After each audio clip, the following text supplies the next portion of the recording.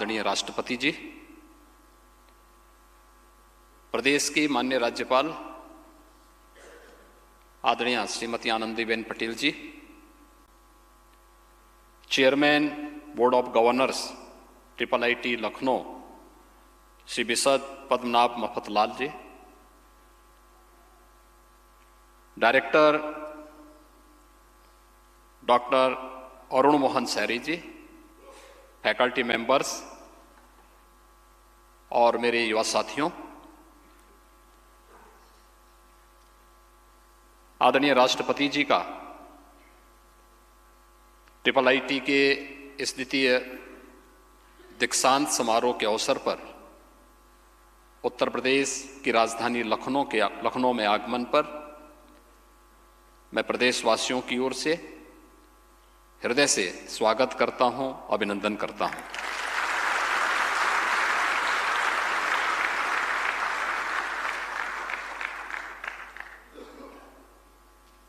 राष्ट्रपति की अपनी व्यस्त दिनचर्या के बावजूद देश के युवाओं को प्रेरित करने के लिए, एक नई दिशा देने के लिए देश के सभी विश्वविद्यालयों में उनका आगमन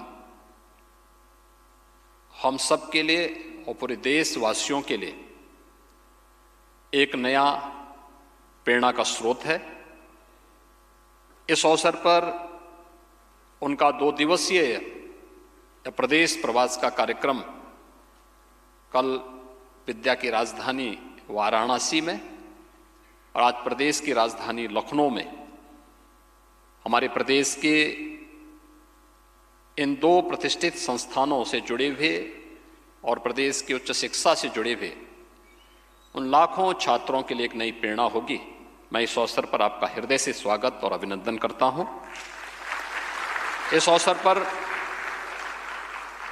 प्रदेश की माननीय राज्यपाल जी की उपस्थिति हम सब के लिए एक अनुकरणीय उदाहरण है, जो उन्होंने प्रदेश के अंदर राज्य सरकार से संचालित सभी विश्वविद्यालयों में सत्र नियमित करने से लेकर के उनके कार्य पद्धति में व्यापक सुधार करने और उनके दीक्षांत समारोह में स्वयं भौतिक रूप से उपस्थित होकर के उन्हें एक नई प्रेरणा दी है।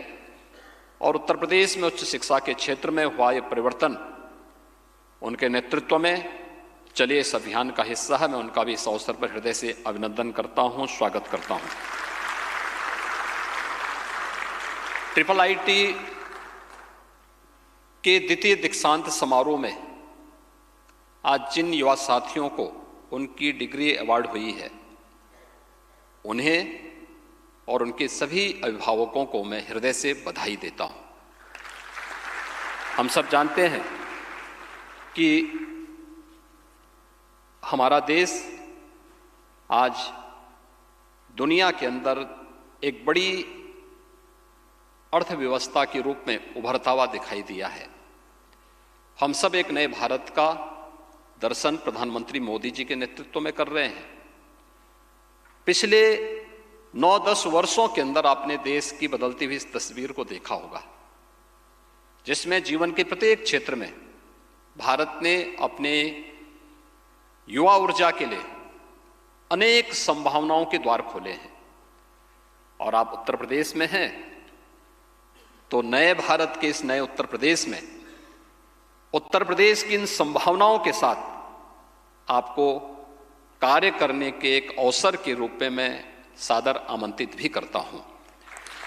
हम सब जानते हैं प्रधानमंत्री जी ने 2027 तक देश की अर्थव्यवस्था को $5 ट्रिलियन के समकक्ष रखने का जो एक संकल्प देशवासियों को दिया है, उत्तर प्रदेश भी उसके साथ $1 ट्रिलियन की इकोनॉमी बनने की दिशा में अग्रसर हुआ है। और मेरा ये मानना है, यहां पर जब बोर्ड ऑफ गवर्नर्स के चेयरमैन आपको दीक्षांत उपदेश दे रहे थे, वास्तव में दीक्षांत उपदेश एक केवल उपदेश नहीं है कि हमने सुना और फिर उसको विस्मृत कर दिया। यह उपदेश भारत की प्राचीन उस परंपरा का प्रतिनिधित्व करता है जो हम सबको याद रखना, जब तैत्तिरीय उपनिषद में प्राचीन गुरुकुलों में समावर्तन समारोह के कार्यक्रम होते थे तो इस बात का उल्लेख किया जाता था, सत्यम वद धर्मम चर, यानी मैं जीवन में सत्य का आचरण करूंगा।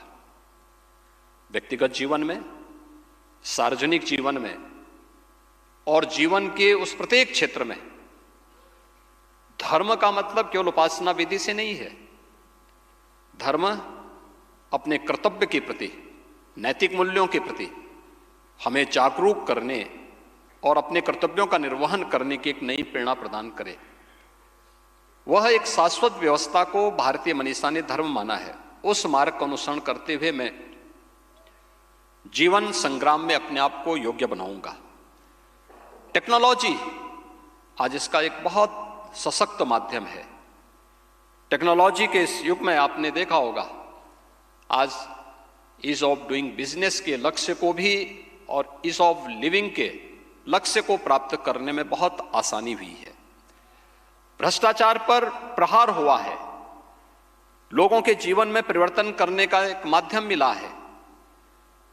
ये टेक्नोलॉजी का उपयोग हमें किस रूप में करना है, यह आज की आवश्यकता के अनुरूप इस नए उत्तर प्रदेश में, चाहे वह हमारी सरकार के द्वारा फोकस बेहतर इंफ्रास्ट्रक्चर और कनेक्टिविटी के साथ साथ डिजिटल रिलेशन और वर्चुअल कनेक्टिविटी के विकास पर हम लोगों ने विशेष ध्यान दिया है। और इस संदर्भ में मुझे बताते हुए प्रसन्नता है कि डिजिटल इंफ्रास्ट्रक्चर के विकास में ट्रिपल आईटी के लिए एक साझेदार के रूप में उत्तर प्रदेश के अंदर कार्य करने का एक बेहतरीन अवसर है।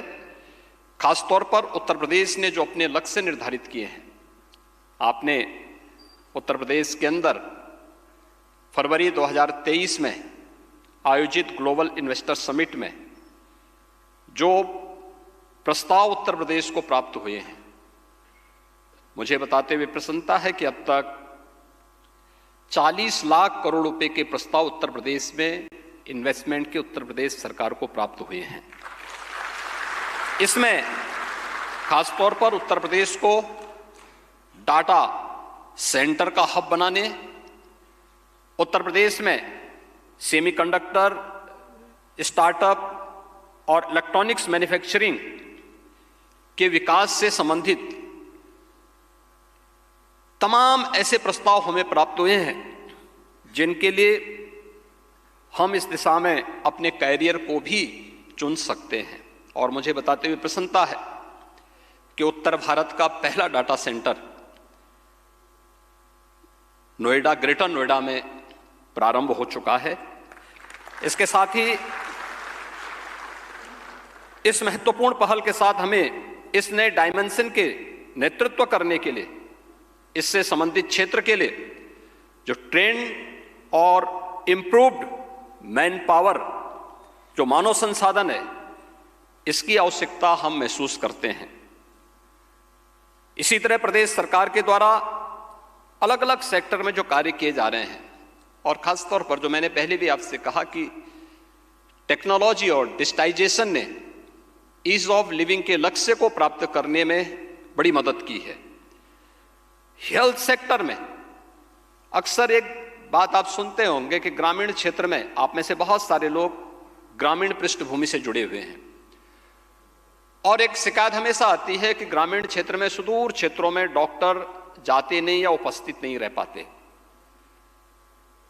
हम वहां पे टेक्नोलॉजी का उपयोग करके उन लोगों के जीवन में परिवर्तन लाने में मदद कर सकते हैं। स्वास्थ्य के क्षेत्र में, डिजिटल हॉस्पिटल की दिशा में भी, और सबको सुरक्षा प्रदान करने में भी आर्टिफिशियल इंटेलिजेंस का उपयोग करके हम लोग इस दिशा में बेहतर दिशा में कदम बढ़ा सकते हैं। और उत्तर प्रदेश सरकार ने जब इसमें कदम बढ़ाए हैं तो उसमें हमें व्यापक सफलता भी प्राप्त हुई है। डिजिटल प्रौद्योगिकी पर केंद्रित Indian institute of information technology Lucknow जैसे संस्थानों के छात्र इस दिशा में अपना महत्वपूर्ण योगदान दे सकते हैं, और मुझे पूरा विश्वास है कि देश और प्रदेश के विकास में आप अपनी प्रतिभा, अपनी ऊर्जा, अपने ज्ञान, अपने कौशल का उपयोग करते हुए इस संस्थान के गौरव को बढ़ाएंगे। मैं एक बार फिर से इस दीक्षांत समारोह में उपाधि प्राप्त करने वाले सभी छात्र छात्राओं को हृदय से बधाई देता हूं। आदरणीय राष्ट्रपति जी का हृदय से अभिनंदन और स्वागत करता हूं। धन्यवाद। जय हिंद।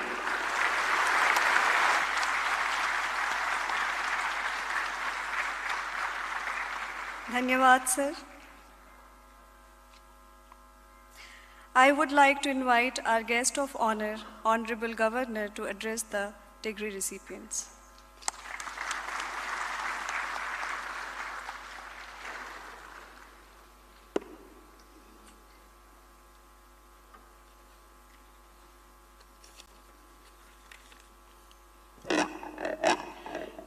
समारोह के